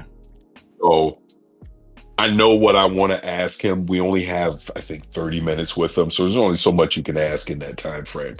So I don't know if I'm necessarily going to get to this part of it. One part, I'm 100%, like, I'm coming out swinging about this is an Xbox, all the stuff that you've talked about since the business update over the past year. That's one thing I want him to clarify and talk about. So y'all get a sneak peek on that. I'm 100% asking that.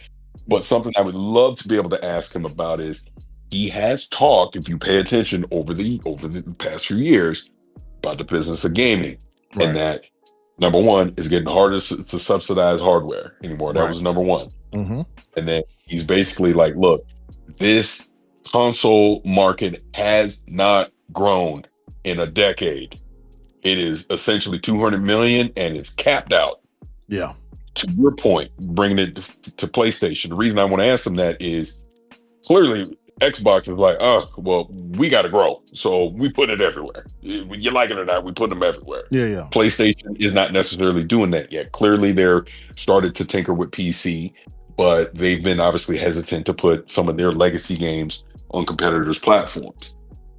But to answer your question, so clearly their pivot was, we're going to do a bunch of live service games. That shit didn't work, so they had to cancel them all. Yeah. Now you think, all right, they're going to go back to what works. These single player experiences of these, probably dig in the bag, pull out some legacy IPs, do legacy, these legacy single player experiences, and put them on PlayStation, and then eventually migrate them over to PC at some point in time. But like you're saying, like I would love to be in the room to understand the return on investment with this stuff, because budgets have exploded. Yep. It's taking way too long to make these games now. So by the time they come out, what may have been popular 3 years ago is no longer relevant. Correct. You know what I mean? So that's a problem, because there clearly was the problem with Concord. when Concord was probably thought of, Yeah. that made sense, but it took them 8 years to get it out the door, and nobody want that anymore. Yep. Right? Right. So Yep. how do you as PlayStation, if you're going to continue to do the exclusive thing the way that you do, there is 65 million PlayStation 5s out there, but only 2 million people have bought Astro Bot. Correct. Help that make sense to me. You see what I'm saying? Game So of it's the like, game of the year too, right? yeah. Like, So and look, and I think it's my game of the year. So this ain't no Astro Bot slander. It's more of you're selling hardware at cost, maybe a small profit. So this is not your revenue stream selling hardware. yeah. Your revenue stream is selling games. Right. And people got mad at me a little bit on Kind of Funny because I was trying to use the example of look at PlayStation first party for PS, and I screwed up because I didn't say PS5 only. And people were like, well, God of War Ragnarok sold this and Horizon Forbidden West sold that. But you can buy them on PlayStation 4. Not only that, Paris, but I'm always skeptical of like how popular those games were. Obviously, they're popular, right?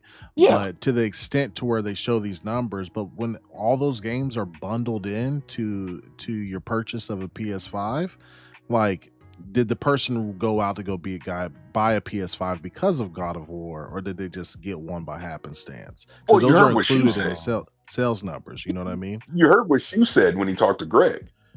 Horizon Forbidden West underperformed, and it was a pack-in. Yeah. So help me. That makes sense to me. So what does that mean? Like, and again, I think about I just heard the other day that I guess Helldivers 2 is gonna outsell Spider-Man 2. Yeah. That's crazy. And mostly due to PC. And look, and guess what Spider-Man 2 about to be next week? PC. Yeah, but my whole point of saying all this, because this isn't I'm bashing PlayStation, whatever. My whole point is, if this industry is gonna continue to thrive and gonna continue to grow, and we stop seeing all these devs getting laid off, it's like clearly Xbox is like, well, we can't do the old model. We're already was in third place. The shit ain't growing. We're putting it everywhere. That's essentially what they've done. We just spend $80-90 billion. We got to make our return on investment. My whole point is, can PlayStation continue at the current model where clearly canceling all these live service games have set all their studios back? They're not, look, unless they shock us, the next 2 years are probably going to be pretty dry for them. Ghost, Wolverine, and what else that we know of? Nothing. That they could shock us with. Maybe there's something they could surprise us with. But my point is, it's not like we about to get Uncharted 5. That ain't happening. No. So Tim just left Insomniac, right? Ted Price just left Insomniac. Ted just left Insomniac. And you're just going to get Marvel games from Insomniac now, pretty much. Which is a shame. Be honest about that. Like, look, I love the Spider-Man games. I'm shocked that we don't have some kind of DLC or an expansion for Spider-Man 2 or a standalone Miles Morales-esque Spider-Man game coming out in the next year or two. And okay, cool, we're getting Wolverine, but I like Ratchet and Clank. I like the fact that Insomniac wasn't afraid to experiment with things like Sunset Overdrive, right? Which actually led to Spider-Man, by the way. But but that's the other point that I'm trying to make in here, bro. You ain't about to see no risks. No. Across this industry. They're gonna play it so freaking safe. Super safe. With a lot of stuff. And what makes Microsoft's approach to risk so cool, I guess I should say, is that, let's just say bare minimum, they have 30 million Game Pass subscribers, right? Yeah. Now, I know this isn't complete revenue profit or whatever, but they're getting $300 million a month, bare minimum, from people that are on Game Pass. Right. And that funds a game for 5 years, pretty much. Now, of course, they got deals with other publishers and stuff. Now, right? But the other thing you have to, the other thing you have to factor into that, though, is, to just be fair, because I know people, because we can throw out the raw numbers, but you also got to think how much money did they have to pay certain third-party people to bring their game to Game for Pass, sure. right? You had to pay them up 100%. front.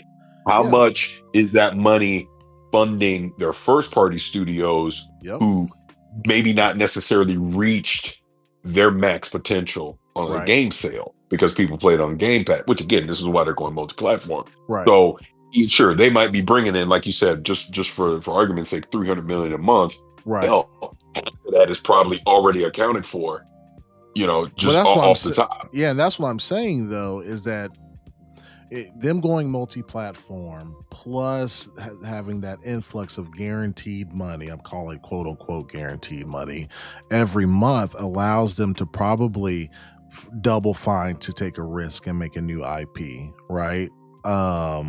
Like Kiln or whatever has been rumored and what we saw from their game jam that they did, or from not Compulsion, in Exile doing Clockwork Revolution, right? Like Compulsion doing South of Midnight. Like we get those risks, and it's not going to be like the same games over and over, and it's going to be like a wide variety of games that they do, because like, not to mention just the Game Pass stuff, they own Call of Duty, which is a microtransaction god. They own Minecraft, Sea of Thieves, all these live service games that bring in monthly revenue on top of all of that. I mean, they can take certain risk with some stuff or whatever, and or educated risk, right?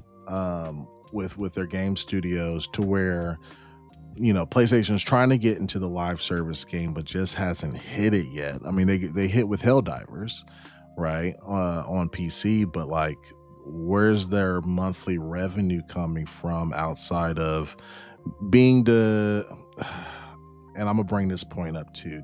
Did they shoot themselves in the foot by becoming the casual box? Right, where you sell 60 million consoles, but like 85, everybody's playing Fortnite. Everybody's playing Fortnite, FIFA, 2K, Madden. And that, So, but that it goes back to the point I was even making on that is, sure, you've sold the most hardware. No one's disputing that. Right. But your attach rate is so low on that hardware. I mean, the fact that Ratchet and Clank barely made a profit is insane, especially at the time when it came out, because there wasn't nothing else to play. It was the new hotness. Still wasn't buying. Yeah. Returnal, nobody, barely sold 1 million at one point. I mean, who knows what the numbers are now. Right. That's what I'm talking about. Like, just pull Nintendo into this. That's the difference with Nintendo does two things differently than Xbox and PlayStation. They have low-powered hardware that they sell at a profit. Correct. Every time. And their development costs are probably half, if not even less, than what we're seeing. Yeah, for the big AAA thing. So they're able to get away with still saying we're exclusive because we come in low cost. We're not trying to compete on the power narrative. And we deliver, hey, look, like Seamus would say, banger after banger after banger. So their attach rate to their hardware is unprecedented. It is compared to the other two. That's the reason they don't have to go multi-platform or pivot or anything else, is because they've set up a business model that works, that their competition at this point can't revert back. They can't scale down to compete with that. Yeah, no one would accept it. If Xbox was like, look, we going back to Xbox One generation hardware, and no, that's not happening. That's not happening. To your point about the Switch or Nintendo in general, like, everybody, including parents that buy it for their kids, buy Nintendo for Nintendo properties, right? Like, when a new Mario game comes out, a new Zelda, a new Pokemon, that's what people like. Nobody's buying a Switch for MK1 or Hogwarts or any other like really third party game. Like, nobody's going out to buy a Nintendo for those games. They are buying a Nintendo Switch solely for your Marios, your Zeldas, your Metroids, your Pokemon, your Fire Emblems, your Xenoblade Chronicles. Like that is what they're buying it for, and Nintendo's goated for that. I could give you a perfect example of the magic of Nintendo. So when I was up in San Francisco, I went over to the Miller's house, Greg and Jen's house. Yeah. And I got to have dinner at their house, with their son, Ben. What do you think we did that night? We all grabbed a Joy-Con, Mario Kart, set up the yep. So again, but here's a 3-year-old son, here's my old ass, here's Greg's old ass, and we're all playing Mario Kart together. Yep. And it was fun for all of us. You see what I'm saying? Mm-hmm. That's the thing that Nintendo has been able to capture. Right. It don't matter how old you are. They got you. They got you. Yep. Yeah. I Scale and Nova are huge Nintendo heads. I only buy a Nintendo Switch for Zelda and maybe Pokemon. But I've always bought one for the house to play games like Mario Kart and Mario Party with the family or whatever, and Smash Brothers occasionally or whatever. Although I get too competitive with my kids and they throw me off. So, but no, it's an industry. The industry is definitely changing, as everybody's been saying for like the last 2 years. I think folks just need to, I guess I'll say, make smart choices when it comes to their purchases. I guess you know what I mean.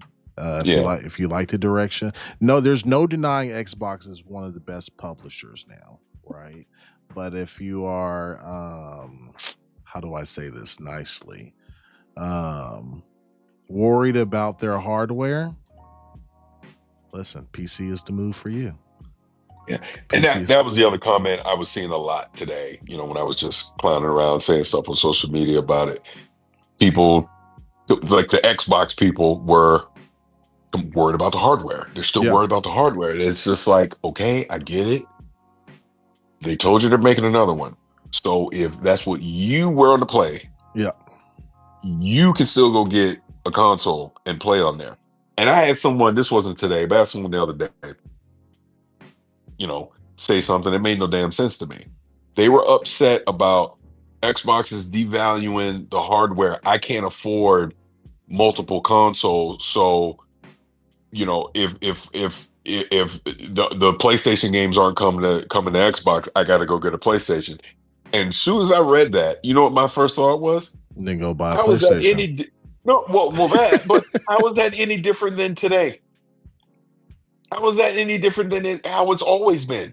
Right. Nothing changed. If that is your concern, then you either just go buy a PlayStation, go play them all on there, because clearly Xbox just told you they don't care, or you buy an Xbox for the quote-unquote Xbox experience, and you get a PlayStation for the PlayStation games. Yeah. I don't like, people are making up things to be upset about. You're forecasting something that hasn't even happened yet, and you're already mad about it. Yeah, I think people are worried about. We talk about next gen hardware, right?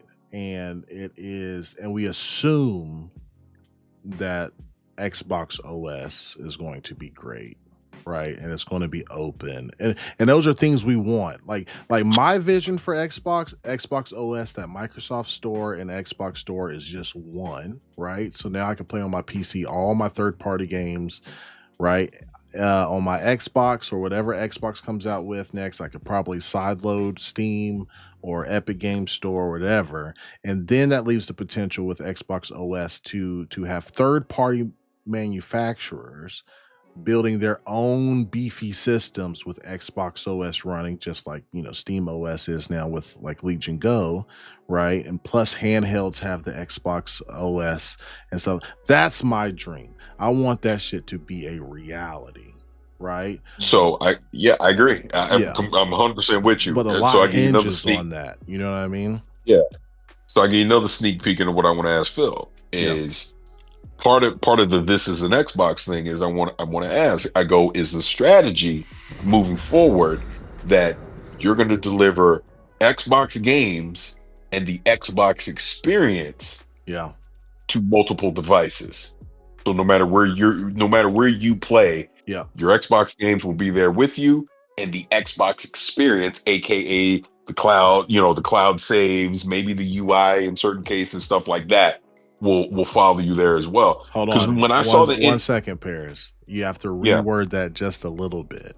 Because Xbox games are just your first party games, right? I feel like that's already a given. That's a go. I think most people are worried about third party games, right? That they've already purchased on the store. So like your Xbox games and third party games that you've purchased on the platform. No. Hey, you're right. You're right. Because part again, I wasn't going to ask it in that because I would feel like a natural follow up to that would be Sarah Bond has talked about backwards and forwards compatibility, all that. So would it be that at a minimum our Xbox digital libraries, which would include third parties? Yes, sir. Follow us wherever. So if I buy something in an Xbox digital store, and I'm on the freaking Tandy 1280, I can go play it over.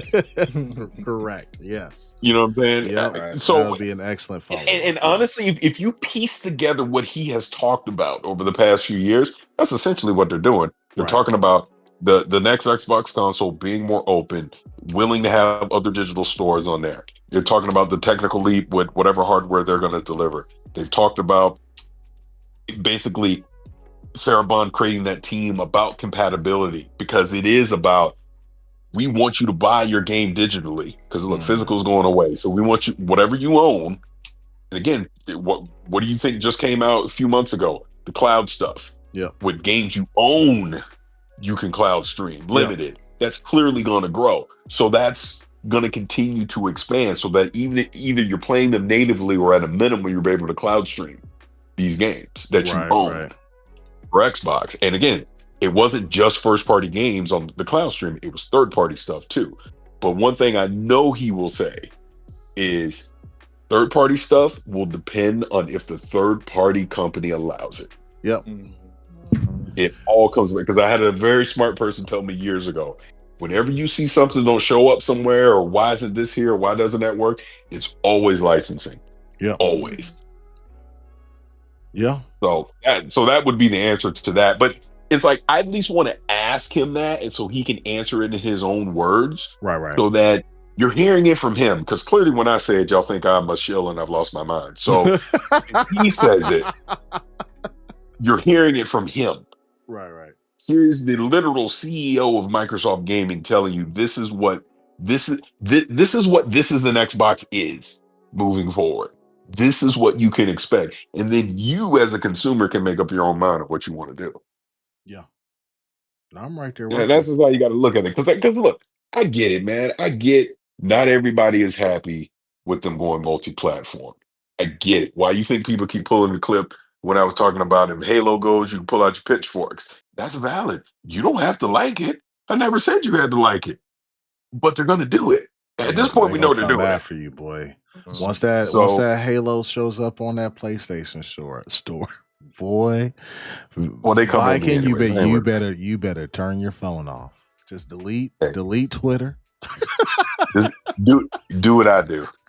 I said, when I say some crazy shit, I just say it and I mute it, and I just keep moving. Whatever. I don't worry about it. I'm gonna start the riot. I'm gonna start the insurrection. I'm pitchforks coming to bear. And look, when that Nintendo Direct dropped in what was it, April? Yeah. When it's coming, April 5th or whatever it is. And old Master, look, they probably have Phil on video holding with the Master Chief statue behind them on the shelf or something. And then they were here's the Master Chief collection. Get ready. Because it's happening. Oh my God, man. Hey, really quick. Let me get. I got 3 super chats I need to get to. They're real quick though. Guzzling King Davis Glizia, $2 super chat says Viking don't pick on the elderly. You talking about you, Paris? I know you talking about me. That's all right. You come pick on my elderly ass and see what happens. Another thing, I'd love everybody to think I'm a freaking bully. I'm not a bully, man. Just leave me alone. That's all I gotta say. Stop messing with me, and I won't say nothing. You won't be like Dreamcast guy unblocking me. Yeah, I'm not your friend. I don't want to be your buddy. Hold on. You're saying you're not a bully, but I was in line at PAX West to play Infinite Nikki, and I was like about to go play, and you pushed me out of the way. You pushed me out of the line. I mean, the turnstiles or whatever, I flipped over it or whatever. Nobody said a word, and you just went in to go play Uwu Infinite Nikki. And then you winked at me as you walked by. You know what's sad about all this? What? First of all, I wish I did do that. But you know what's sad about all of this? What? Clue is hiding in your chat right now, not saying nothing, clipping this shit, and he gonna put it online and take everything out of context. That's what's gonna happen. Dang. Yeah. And then and then I'm gonna have what's that one dude constantly posting shit about me? What's his name? Oliver Dark or whatever. Oh yeah. He always clips people out of context. Yeah. And then there was because I see all that. Look, I see your nonsense. I just don't reply to it. I look at it and I laugh. But I see the same usual suspect constantly got to post something. Just like when I had said something about King Thrash because he was talking crazy about me, and I said I have no respect for this dude at all. Yeah. I go, I never want to interact with him. I never want to talk to him. That shit got, and I knew, because I said it in the moment. I go, oh, this is a good clip. And then it did. And then what? I got like 10 people in my DMs. Hey, man, he said he want to talk to you. No, I don't want to talk to him. F him. Don't talk crazy about me. You don't know me. That's my thing. If you know me, like, look, obviously y'all know me. We joke around and all that. Y'all don't know me. Don't be talking crazy about me. I'm still a grown-ass man. And that don't make me a bully for push. Like, it's almost like you get to say whatever you want, but God forbid I ever push back on something. Now I'm also I'm a bully. Right, kiss my tuchus on that. Bully. Leave me alone. Well, I'm not helping your case any because I'm gonna still call you a bully no matter what. No, that's fine. Whatever. Yeah. But I do appreciate y'all having me up, man, because I probably should drop. I've taken up way too much of your show, and I apologize. Bro, calm down. You are family here, and you're invited anytime. And you can spend as much time as you want here. One last thing before I do go, and not to get into this long discussion about this. Did you already talk about Assassin's Creed? So yeah, I did a live AMA today for it. Okay. Yeah. Why? What's up? It didn't grab me. It didn't grab. I told you this already. You already know this. Well, you told me over the phone, yes. But I liked it. I loved it, to be honest. I think the reason why I like it so much is because you have 2 distinct different characters that play like almost 2 different games. Yeah, they're 100% different. Yes. Right. The environment looked really good. I liked how they pulled you in with Yasuke and his story at first. Like they separated the 2 before they meet. Now, we obviously didn't get to play like how they met or whatever, but unless you got like a secret showing, Paris, with your 50-90 and all that. But no, I like the dynamic of it. I like the RPG elements that they had within it. I think it's actually going to do very well. As long as, I think what already killed some of it, no matter what, like as small as their numbers are, like that narrative gets pushed about, Assassin's Creed's never been historically accurate, even if they do have historically accurate things in them, but like the grifters out there that want to take stabs at games they've never played, and stuff like that. So we'll see what happens. Yeah, I mean, first of all, let's get something correct. I didn't get a secret showing. Hey, Paris, showing. I don't know. Paris, I don't know. Hey, no. I'm trying to I had a VIP showing. Thank you very much. Okay. I got the same exact thing you did. No, My thing isn't even about all the grifters with all that stuff with Yasuke, whatever. Just ignore them. My thing was, and maybe it was the way they did the preview. Because remember, we did the prologue, and then they skipped you way ahead to like they level skipped 20, way ahead. whatever. It was like 6 months ahead. Yeah.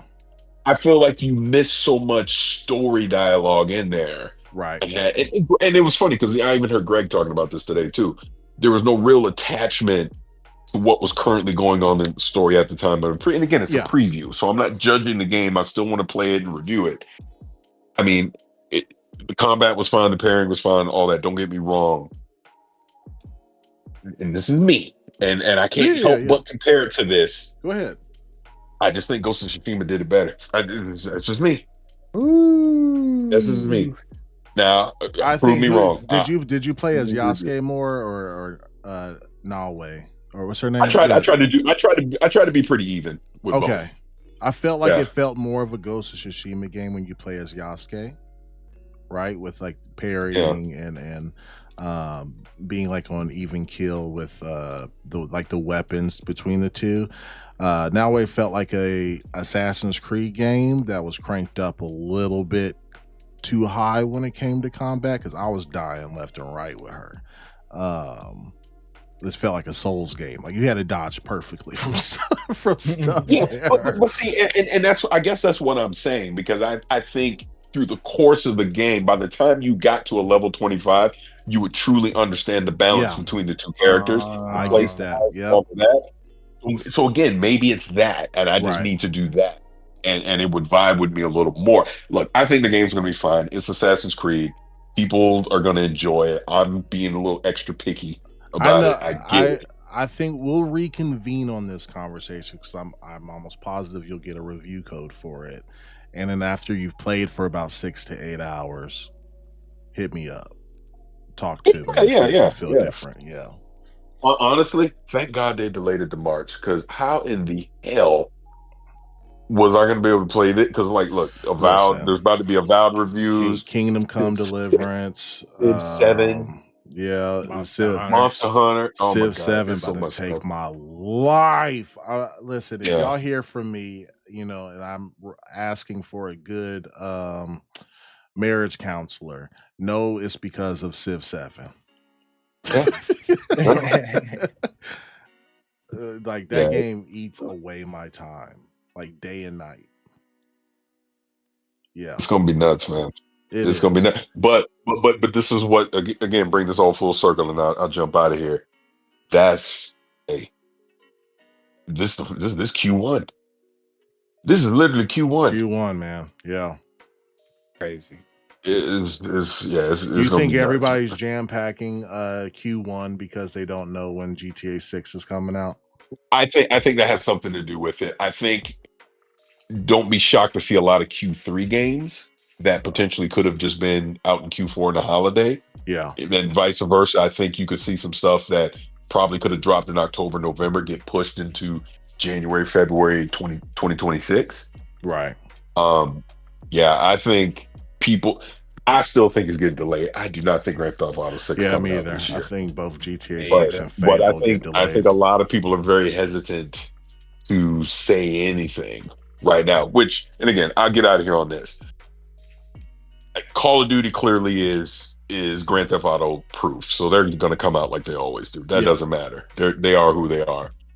But to your point about Fable, being all serious, it wouldn't shock me that we see it. That's going to be the dev direct at the showcase. I'm convinced. I don't see why it wouldn't be, right? So we're going to get a deep dive on Fable in June. They will not put a release date on it in June. Nope. They're not going to say. I think that's going to be them being cautious that if, we need to push it to February or March, we'll do it. Yeah, because I don't think they want to put out Fable around Grand Theft Auto 6 at all. No, right. Nowadays it's less about, with all the black hole games that exist and GTA coming out of nowhere, Marvel Rivals being here sucking everybody's time now. It's less about getting the game out early, and it's all about window. It's all about when do you think you can get more gamers in and put time into your game. Yeah. versus just putting it out there and hoping for the best. Completely agree. And I'll say this one last thing, and then I'm out of here. Gears of War E-Day will be November 15th, 2026. Ooh. Is that like a 20-year anniversary or something? That's 25. 25. There you go. And that's a good prediction. And it's the 20-year anniversary of Gears of War. There you go. That's why people are like, "Oh, that game's coming out this year." No, it's not. There's no way they're gonna. They're gonna pass up the opportunity to synergize that with the 25th anniversary of Xbox and the 20-year anniversary of Gears. Right? Why? It just makes too much sense. Comes out this year, like no. Yeah. Absolutely no way. Before you get out of here, Paris, let us know your interviews tomorrow. Let everybody know. We're gonna talk to Phil late afternoon Pacific time. I think 3 p.m. or something like that. Okay. Danny is a madman. He's like, because he has to catch a flight. Like he was like, bro, I'm getting my laptop. I'm editing it on the way to the airport. Like he's gonna post it before he gets on the plane. So I would imagine probably around 6 p.m. Pacific. Okay. That interview is going to be out. He's just going to drop it immediately. Yeah. So it'll be out Friday night. Friday night. Right. And like I said, it's like 30 minutes. And again, for people that are here, clip this clue. We are the original reason he was coming on, because it was booked months ago, is to celebrate the 20-year anniversary of Gamertag Radio. Right. Because the last time he was on was to celebrate the 15-year anniversary of Gamertag Radio. So he's coming on for the 20-year anniversary. Obviously, we'll talk about that. But of course, we're going to ask some other leading stuff as well. But I already know we're not going to be able to ask him everything because we only got 30 minutes. Yeah. So look, no matter what we say, there will be people that will like it. There will be people that are disappointed. But he is the CEO. You need to respect the title, no matter what you might think of him. Yep. And you ask questions that he can answer. Right. I'm not going to ask him, when is the next Xbox coming out? I'm not going to ask him. He's not giving you that info. Yeah. What is the release date for Clockwork Revolution? He's not telling us stuff like that. Right. You know what I mean? He will answer and elaborate on things that either he has already publicly stated or Xbox/Microsoft has already publicly stated. Right. You have to treat the interview like Bloomberg or the Financial Times and stuff like that would ask questions. Yeah. You know what I mean? Not these. He's not going to comment on a rumor. He's not going to comment on a rumor unless he brings it up and wants to say it himself. Like, excuse me, like when we did the Kind of Funny thing, he was the one that was not in a great mood and elaborated on shit we had no idea he was gonna. Whoa, really? Yeah. Okay. You know what I mean? So if he wants to say something, he'll say it. If he doesn't, he won't. Yep. 100% agree. Hey, I got one more super chat for you. This one's, he said Debo Paris. This is Demon Time Reezy with the $2 super chat. He says Debo Paris taking chains. BV will cry in the car. Why you got? Man, I'm not taking nobody's chain. I'm a nice guy. I am. Just leave me alone. That's why he's not on camera, because he has his fingers crossed, talking about he's a nice guy. See what you do. This is what you do. You know what? Whatever. I'm deep. I'm a bully. I don't care no more. Yeah, believe what you want to believe. You're a positive bully. You know. Yeah. I'm the positivity peddling bully. You bully bullies. Yeah, that's what you do. No, I'm excited to see y'all's interview tomorrow, and congratulations on all y'all's success over 20 years, especially that boy Danny, man. That boy's been killing it. And 100%. If anybody's deserving of all this access that they get and stuff, I mean, this man was doing podcasts before podcasts, right? Like he literally helped invent podcasts. I'm not kidding when I say that. Yeah. That's how long Danny's been doing this, and I am not here if it was not for Danny Payne. Yeah. And I am thankful for him, not only for being a mentor to me, but just the friendship that we've created over the past 20 years. to the point, and it's not friend. We're not friends anymore. It's literally family at this point. He's watched my kids grow up. I've now watched him start like I'm literally at his daughter's first birthday. Like that's where we're at. As far as him and I goes. We obviously do stuff together. We do stuff separately, but bro, it ain't even. I mean, GTR is in a weird way. It's just an excuse for us to get together and just talk about video games and just have a good time. But I literally talk to Danny every day. It's a rarity that I don't at least message him, but we're on the phone talking about something, and it ain't about video games. You know? Yeah, that's cool, man. Y'all have like great chemistry, and you can tell that you guys have been together for a long time, which is yeah. Then we got Pete. Then we got Pete out in the goddamn Poconos somewhere, wherever the hell he at. He all over the damn world. But it's just like, even though he's not able to obviously be a part of everything that we do every day, because he lives in Switzerland now. But I mean, we all stay in contact, and that to me, and I'll end it on this and I'll get out of here, is the best thing that came out of any of this video game shit that I've done is the friendships that I've made, just the brotherhoods that I've made with obviously them, but like even I've gotten to know you and other people, and that's what matters to me. Right. Like I can cuss on here. Fuck all that other console war stuff that people like talking about. I really could care less about any of that. Right. I care more about the real relationships that you build out of stuff, and that's what's gonna last beyond this. Xbox could change. Xbox could change tomorrow. PlayStation can change tomorrow. But it's like the people you get to meet and you get to know. That's the most important thing. 100%. I'm right there with you, man. All right, so I'm dropping off. Y'all call me a bully and whatever you got to do. But I appreciate y'all having me up as usual, and I'll throw you in the chat later. All right, man. Have a good one, brother. Later. Y'all have a good night. Yep, appreciate it. See ya. Oh, the great Paris Lily, the biggest bully on the planet. I'm gonna say all that. Let me get some super chats really quick. Mofo T-Rex with the $2 super chat. He says, got the flu, but can't miss the podcast. You too, brother? Listen, I'm doing the pod. I got the flu right now. I am heavily medicated. Okay, I'm feeling a little bit better than I did earlier, but it's just fucking me up. And I appreciate you being here through sickness and through health. You know what I'm saying? It's a marriage. It's a partnership. You feel me? Richer and poor. For richer and for poor. I love it, man. Thanks for the 2. We got Special Nick with the Australian 2.